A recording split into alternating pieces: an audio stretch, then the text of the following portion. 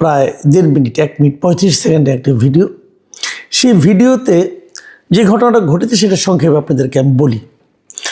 ওই ইউনিয়নের একটা আওয়ামী লীগের অফিস ছিল। বাংলাদেশের সব ইউনিয়নে আওয়ামী লীগের অফিস ছিল। এখন সেই অফিসটাকে জামাতের কয়েকজন লোক এই গত 1.5 বছর অথবা বিগত সময়ে তালা মেরে দিয়েছিল। সেই তালাটা শুক্রবার দিন, মানে নির্বাচনের পরের দিন, ওখানে কিন্তু নির্বাচনে বিএনপির প্রার্থী জিতেছেন।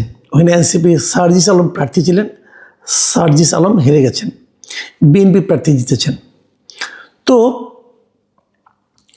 বিএনপির উপজেলা বিএনপির যিনি সভাপতি, তার নাম হলো আবু দাউদ প্রধান, তার উপস্থিতিতে ওই ইউনিয়নের যে আওয়ামী লীগের অফিস আছে সেই অফিসে লাগানো তালাটা খুলে ফেলা হয়েছে। উনি সেখানে উপস্থিত ছিলেন, ওনার বক্তব্য অনুযায়ী সেটা খোলা হয়েছে। এটা নিয়ে মোটামুটি একটা এই ভিডিওটা ছড়িয়ে পড়েছে সোশ্যাল মিডিয়ায়, বেশ একটা হইচই এটা নিয়ে হচ্ছে যে কেন খোলা হলো, খোলা ঠিক হলো কি না, এই সমস্ত কথাবার্তা হচ্ছে।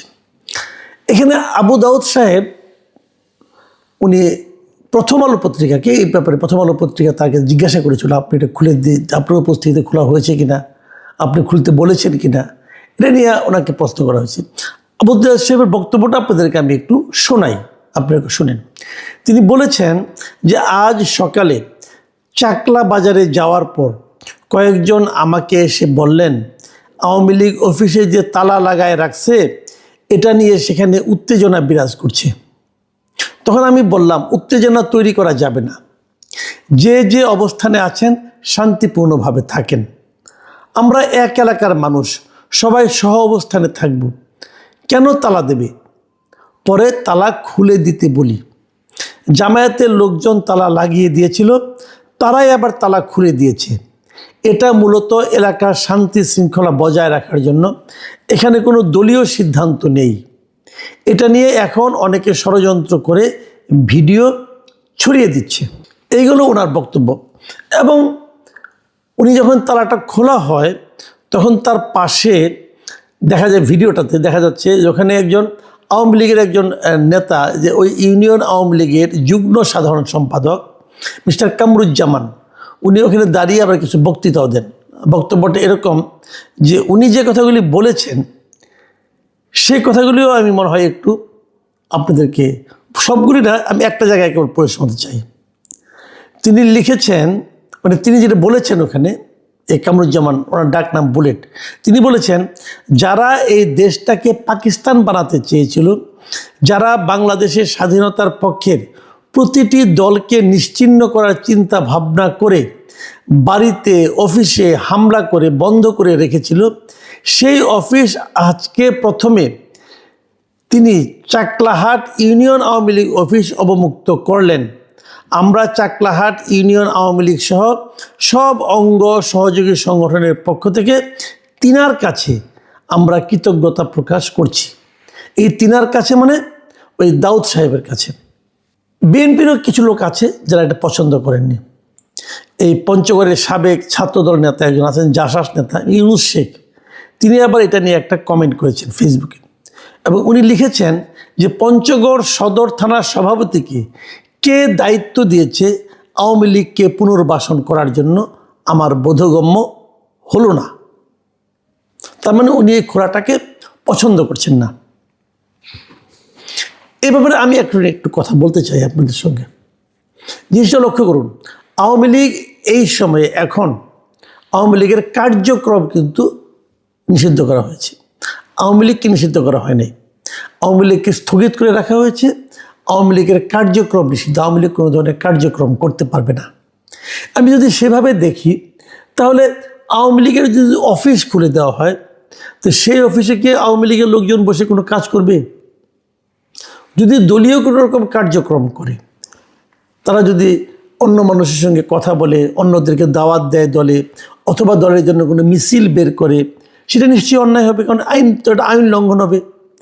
এই যে নির্বাহী আদেশে আওয়ামী লীগের কার্যক্রম নিষিদ্ধ করা হলো, এটা ঠিক হলো কি মন্দ হলো সেটা কিন্তু অন্য হিসাব। যেমন আমি মনে করি এটা একটা কালো আইন, যে আইনের মাধ্যমে এটা করা হয়েছে এই আইনটা কালো আইন, আমি এটা পছন্দ করিনি। এখন আমি যদি পছন্দ না করার অধিকার আমার আছে, কিন্তু আমি পছন্দ করিনি বলে এই কাজটা আমি করতে পারি না আবার। কারণ যতক্ষণ পর্যন্ত আইনটা, আমি যদি কোনো আইন পছন্দ না করি তাহলে সেই আইনটা আমি পরিবর্তনের জন্য চেষ্টা করতে পারি, এটুকু আমার বৈধতার মধ্যে আছে। কিন্তু ওই আইনটা আমি যতক্ষণ পর্যন্ত ওই আইনটা বাতিল না হবে ততক্ষণ পর্যন্ত ওই আইনটা আমি অমান্য করতে পারবো না। এটা হলো আইন মান্যকারী প্রত্যেকটা মানুষের দায়িত্বের মধ্যে পড়ে।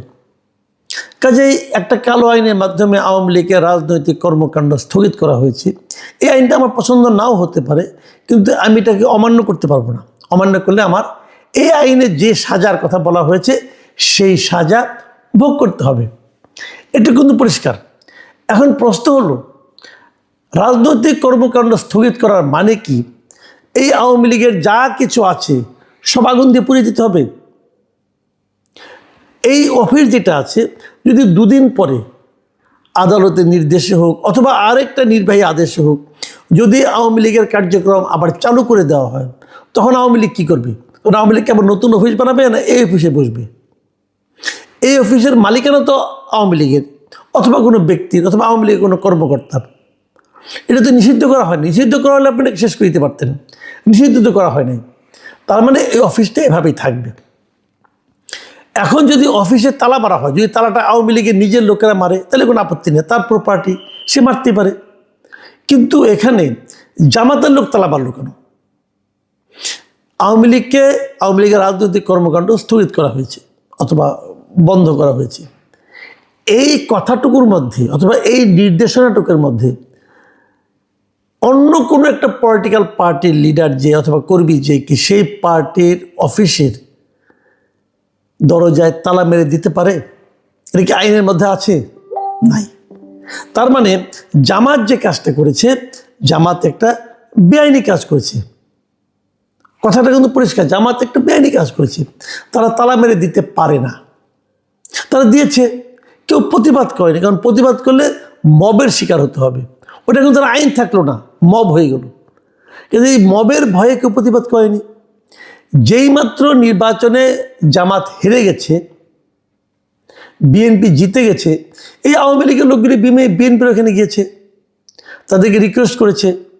হয়তো বিএনপির ওই ভদ্রলোক এই রিকোয়েস্টের গুরুত্বটা উপলব্ধি করতে পেরেছেন। উনি জামাতের লোককে বলেছেন যে তোমরা তালা মেরেছো, তালাটা খুলে দাও। জামাতের লোক তালাটা খুলেও দিয়েছে। এবং উনি কি বলেছেন যে এলাকায় এটাকে কেন্দ্র করে কোনো ধরনের গণ্ডগোল হোক, মারামারি হোক, অস্থিরতা হোক, উত্তেজনা হোক, এটা উনি চান না। আমরা সবাই এখানে থাকি, আমরা মিলেমিশে থাকতে চাই। এই যে মিলেমিশে থাকার যে আগ্রহ, এই আগ্রহের জন্য যে কাজটা উনি করেছেন, এটাকে কি আপনি অপরাধ বলবেন? আমি কিন্তু বলবো না। মাথায় রাখতে হবে, রাজনীতিকতার অধিকার সবারই আছে। আমার ভাইয়ের যেমন একটা দৃশ্য, আমার ভাই যদি বিএনপি করে, আমি যদি জামাতে ইসলাম করি, তাহলে আমার ভাইকে আমাকে মারবে? নাকি আমি আমার ভাইকে মারব? নাকি আমি আমার ভাইয়ের সামনে থেকে ভাতের থালাটা কেড়ে নেব? তা তো আমি পারবো না, এটা উচিত হবে না। তার চিন্তা, তার পছন্দ অনুযায়ী সে একটা রাজনৈতিক দলকে পছন্দ করেছে, আমি আরেকটাকে করেছি। কাজেই দুই ভাই ভাইয়ের মতোই থাকবো, দুজনের দুইটা আলাদা রাজনৈতিক আদর্শ থাকবে। এটাই তো সহাবস্থান। এই সহাবস্থানকে আপনি লঙ্ঘন করবেন কখন? যখন আপনি মবে বিশ্বাস করবেন তখন।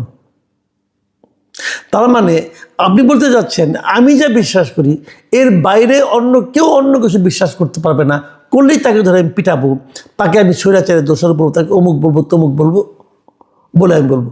এমনকি স্বৈরাচার আমি কাকে বলছি? ধরা যাক আমি শেখ হাসিনাকে স্বৈরাচার বলছি, ধরা যাক কথার কথা। এখন যদি কেউ স্বৈরাচারের দোষর থাকে, এই কথা বলেই কি আমি কাউকে অ্যাটাক করতে পারি? আমরা পারি না। কারণ স্বৈরাচারের দোষর সে ছিল, এটা আপনি বলছেন, আদালত তো বলেনি। আর যদি আদালতও বলে, তাহলে আদালতে সেটা যদি অপরাধ হয়, যদি অপরাধ হয়, সে অপরাধের শাস্তি আদালত নির্ধারণ করে দেবে। আপনি কে হে? আপনি জামাত করেন, অথবা আপনি এনসিপি করেন, অথবা আপনি বিএনপি করেন, অথবা আপনি এবি পার্টি করেন, আপনি যে পার্টি করেন, আপনার মধ্যে কি সেই এখতিয়ার জন্মে যে আপনি একজন গায়ে আঘাত দিবেন, একজনের বাড়ি আগুন দিয়ে পুড়িয়ে দিবেন? পারেন?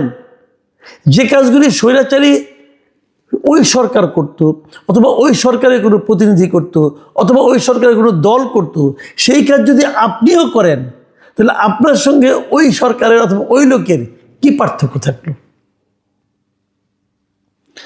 আমি এই যে উদ্যোগটা, পঞ্চগড়ের বিএনপি নেতাকে আমি সাধুবাদ জানাচ্ছি, এবং আমি মনে করি এটাই রাজনীতি। এই পারস্পরিক সহাবস্থান, যে এই ঘটনার মাধ্যমে উনি যে কাজটা করেছেন, উনি কিন্তু নিজের দুর্বলতা প্রকাশ করেননি। উনি যদি এটা নির্বাচনে আগে করতেন, তাহলে হয়তো আপনি বলতে পারতেন যে ভোট পাওয়ার জন্য করছে, কিন্তু উনি তো তা করেননি। উনি নির্বাচনের পরের দিন করেছেন। কাজেই এখানে তো ভোট প্রাপ্তির কোনো সম্পর্ক নাই। কেউ কেউ হয়তো বলবে যে হয়তো ভোট পাওয়ার জন্যই তারা এগুলি করেছিল, আগে বলেছিল, আগে ওয়াদা করেছিল, পরে খুলে দিল।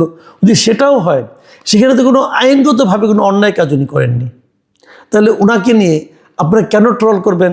কেন ওই যে আরেকজন জাসাস নেতা ইউনুস শেখ, উনি এই কথা বলবেন? উনি যে কথাটা বললেন যে আওয়ামী লীগকে পুনর্বাসন করার দায়িত্ব তাকে কে দিয়েছে? আওয়ামী লীগ তো এভাবে পুনর্বাসিত হচ্ছে না। এর আওয়ামী লীগের পুনর্বাসনটা আপনি কোথায় পেলেন? উনি তো এমন কিছু করেননি যাতে নাকি আইন অমান্য করতে হয়। উনি যে কাজটা করেছেন আমার বিবেচনা ভালো করেছেন। আমি জাসাসের ওই নেতাকে বলবো, আপনি বেটার একটা কাজ করেন। আপনাদের যে শীর্ষ নেতা আছেন মিস্টার তারেক রহমান, উনি এই নির্বাচনের পর, এই নির্বাচনে বিপুল বিজয়ের পর উনি কি বলেছেন তার একটা ভিডিও আপনি বিএনপির অফিসিয়াল পেজে গেলে পাবেন। আমি ওই ভিডিওটা আপনাদেরকে কথাগুলি পড়ে শোনাই। উনি বলেছেন যে বিজয়ীর কাছে পরাজিতরা নিরাপদে থাকলে বিজয়ের আনন্দ মহিমান্বিত হয়। অনুগ্রহ করে কেউ প্রতিশোধ বা প্রতিহিংসা পরায়ণ হবেন না। পরাজিত কারা? পরাজিত অন্য রাজনৈতিক দলগুলো। যেমন ধরেন এখানে আওয়ামী লীগ পরাজিত। এখন আওয়ামী লীগ যদি বিএনপির কাছে নিরাপদে থাকে, কেবল তাহলেই কিন্তু বিজয়ের আনন্দটা মহিমান্বিত হয়। রাজনীতি আপনি করেন জাসাস, আপনি রাজনীতি জামাতের কাছ থেকে শিখেন না, আপনার নেতার কাছ থেকে শিখেন। এই দেশটাকে সামনের দিকে অগ্রসর করতে হলে না, জাতিকে ঐক্যবদ্ধ করতে হবে। যাকে এরকম খণ্ড খণ্ড ভাগে ভাগ করা যাবে না। প্রতিহিংসা আরেকটা প্রতিহিংসারই জন্ম দেয়। যে ভুলটা আওয়ামী লীগ করেছিল, যে ভুলটা করার কারণে আওয়ামী লীগের রাজনীতি আজকে এই দুরবস্থার মধ্যে পড়েছে, আওয়ামী লীগের সেই বিশাল বিশাল নেতারা লেজ গুটিয়ে দেশ ছেড়ে পালিয়েছে, সেই ভুলের দিকে আপনারা ধাবিত হবেন না। আমি জনাব তারেক রহমান এবং পঞ্চগড় উপজেলা বিএনপির সভাপতি আবু দাউদ প্রধানকে ধন্যবাদ জানাচ্ছি, এবং আমি আপনাদের মধ্যে জাতিকে ঐক্যবদ্ধ করার যে আকাঙ্ক্ষা দেখেছি, সে আকাঙ্ক্ষা নিয়ে আশান্বিত হতে চাচ্ছি। প্রিয় দর্শক,